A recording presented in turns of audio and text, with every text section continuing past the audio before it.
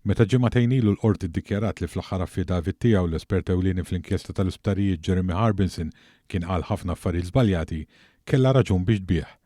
Dan hekk kif minn analiżi ta' ONews jirriżulta li minn 20 paragrafu fuq 3 paġni li jagħmel ta' ġurament, l-Irlandiż prattikament qal dikjarazzjonijiet kontradittorji jew saħansitra gideb sfaċċat biex jipprova jattixturu. B'argumenti biex akkosta kollox jevita li jixed fil-kawżi bbażati fuq ir-rapport tiegħu kontra numru ta' individwi, Harbinson qed jipprova jgħaddi l kulħadd minn għajn il-labra. Waqt li fl-aħħar seduta f'waħda mill-kawżi 2 filgħodu tħabbar li se ssir talba biex l-espert ewlieni jixed permezz ta' affidavits, jiddiffiċli wkoll jitwemmen li dawn jistgħu jkunu affidabbli. Dan kif jirriżulta f'mill-inqas 9 istanzi fl-aħħar affidavit tiegħu ġuramentat fl-10 ta' frar li għadda.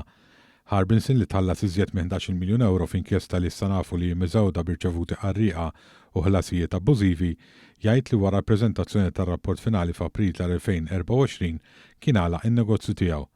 Iżda dan mhux minnu, għax waqt li beda jillikwida l-kumpanija Harbinson Forensics Limited għad għandu żewġ entitajiet kummerċjali attivi reġistrati fuqu, Harbinson Consulting Limited u Marian Trust, fejn hu direttur ma' martu u anke segretarju tagħhom. Fl-affidavit iddikjara li bħala espert ewlieni xogħlu kien li jmexxi u jimmaniġġa lit-tim ta' esperti, għallu koll ma daħalx fid-dettall ta' dak li kien għaddej. Minkejja dan fir-rapport li kien ippreżentat lill Maġistrat Vella f'April tal-2024 u kieteb li l-opinjonijiet espressi huma kollha tiegħu. Għaldaqstant iż-żewġ qarrijiet maħlufin ma jistgħux ikunu tnejn korretti jew gideb fir-rapport lill-Maġistrat jew nkella fl-affidavit. Jirriżulta li anke dwar l-ammont ta' esperti ma qalx il-verità. Waqt li fl-affidavit jiddikjara li madwar 30 espert ħadmu fuq l-inkjesta u li normalment madwar 20 minnhom kienu qed jaħdmu fl-istess ħin, bl-iskop biex jiġġustifika l-ispiża enormi, l-informazzjoni mill-irċevuti tajt mod ieħor.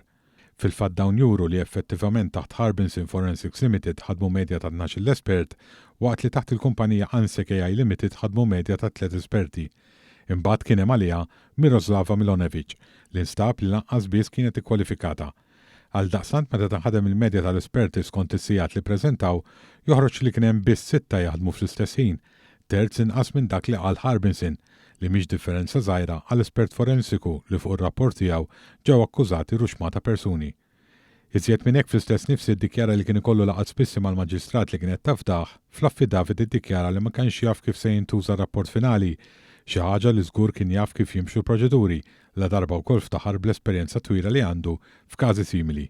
Meta l-Irlandiż qal li hu m'għandu l-ebda obbligu jwieġeb fil-kawżi ġudizzjarji għax fl-Lulju tal-2024 kien irtira u ċeda l-warrant, fil-verità hu kien diġà għamel dan 3 xhur wara nhar 28 ta' Ottubru li għadda quddiem l-imħallef Edwina Grima fejn ukoll beda jwieġeb il-mistoqsijiet.